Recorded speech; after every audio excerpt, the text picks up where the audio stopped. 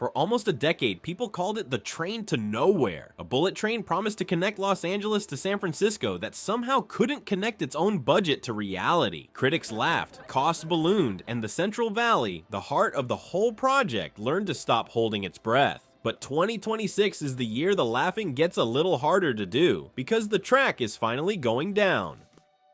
Promised, then forgotten. Here's something worth sitting with. Californians voted for this project in 2008. The original promise was simple. Hop on a train in Los Angeles, arrive in San Francisco in under 3 hours, and do it by 2020. Clean, fast, done. That was 17 years ago. And the skepticism that took root makes complete sense, because this wasn't just a project that ran late. It was a project that kept running late while asking for more money, moving goalposts, and showing up in the news every few years with a fresh round of "we're almost ready to start." At some point, almost ready stops sounding like progress and starts sounding like a habit. The train to nowhere label wasn't invented by people who hated California. It was handed to them by a project that kept giving them reasons to use it. Timelines shifted by years, then by decades. Cost estimates that started around $30 billion quietly crept toward $100 billion. Routes got rerouted, plans got replanned, and through all of it, the Central Valley, the stretch of communities that would live closest to this thing, watched the circus from the front row without ever seeing a single inch of track. That's the part that stings, not politics, not the budget arguments. The part where a region that was told it would be connected to the rest of California spent the better part of a decade wondering if anyone actually meant it. The doubt wasn't irrational, it was learned. And that's an important distinction, because what's happening right now in Kern County only means something if that depth of doubt is understood.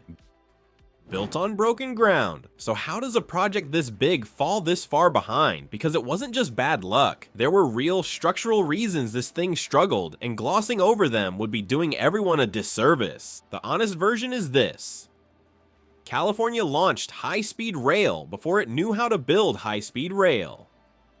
There was no playbook. No American city had done this before.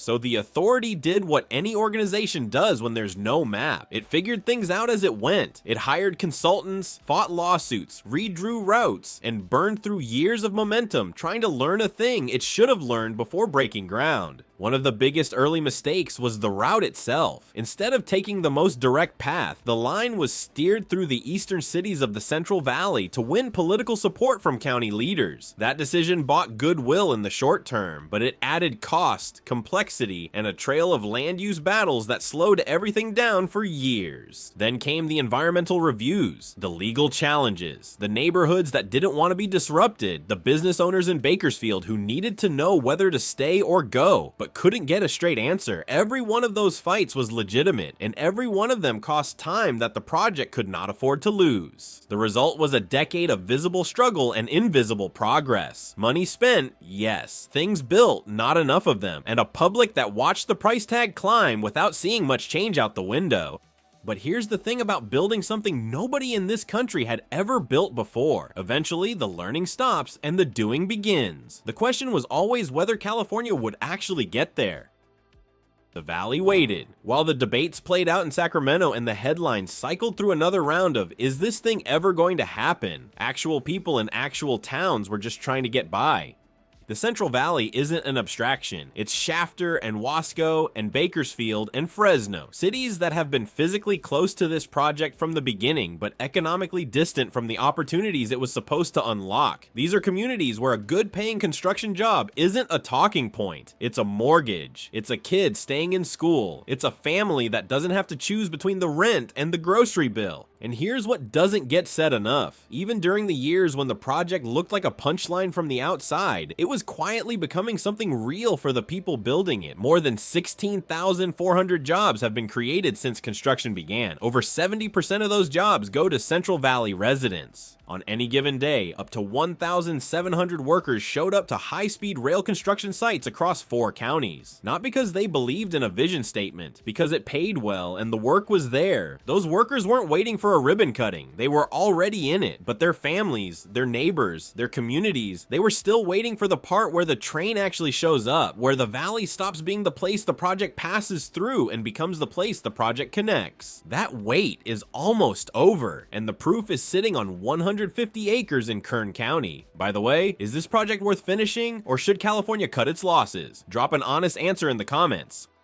150 acres of proof. At some point, a project stops being a plan and becomes a place. A physical thing anyone can walk through, point at, and say, that wasn't there before, and now it is. That place is the Southern Railhead Facility in Kern County, sitting just outside the city of Wasco, and it is the single most important thing to happen to this project in years. Not because it's glamorous, it isn't, but because of what it means for everything that comes next. Here's what it actually is: a 150-acre logistics hub built specifically to receive, store, and deploy the materials needed to lay high-speed rail track across the first 119-mile segment of the system. Think of it as the supply chain brain of the whole operation, the place where long welded rail arrives by freight, where concrete ties get staged, where fiber optic cable and electrical wire sit ready to move, where hundreds of workers will show up every day to weld, sort, load, and send materials out to construction sites that are finally ready for track. The facility connects directly to the National Freight Network through a partnership with BNSF Railway. It has 10 miles of temporary staging and storage tracks built into the site. It has a control office, a warehouse, a maintenance yard, and enough operational infrastructure to coordinate trains, heavy equipment, and personnel moving around a site this size without everything turning into chaos. And it was built in under a year. Governor Newsom drove the first spike in January of 2025. By October of 2025, the freight track installation was complete and the facility was ready to operate. That's not a small thing. In a project with a long history of promises running longer than delivery, a kept deadline is its own kind of milestone.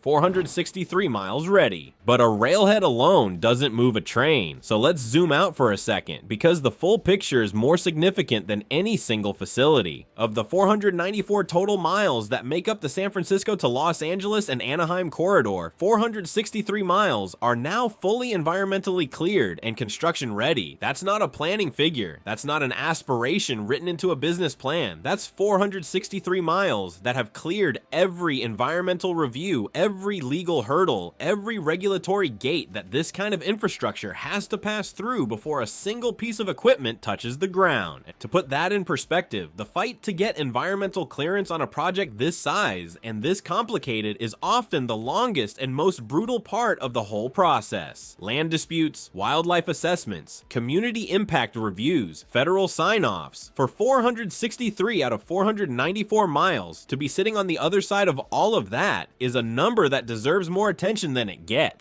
Then there's the money.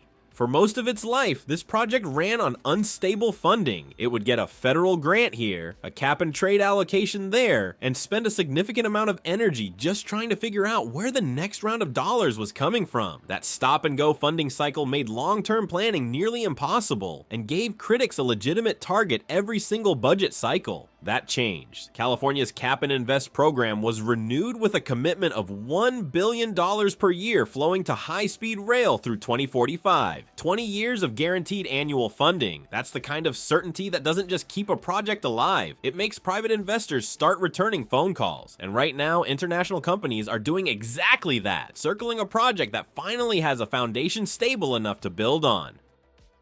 2026, track drops. So when does the Valley actually see a train? That's the question everyone's been sitting on for 17 years, and there's no clean answer to it. The full line from Los Angeles to San Francisco is still a long way from being finished. Nobody's boarding a bullet train next summer, but that's not the right question anymore. The right question is whether this project has crossed the line from reversible to irreversible, and in 2026 it finally has. Track installation on the first 119-mile segment, running from Bakersfield north to Madera, is set to begin this year. The materials are ordered, the contractors are being finalized. The Southern Railhead Facility in Kern County exists specifically to feed that process, moving supplies from the staging yard out to the construction sites that have spent years being built up to exactly this moment. 80 miles of guideway already finished, 58 major structures complete, 29 more underway across 4 counties. The bones of a rail system are already standing in the Central Valley. What happens in 2026 is that those bones start getting connected.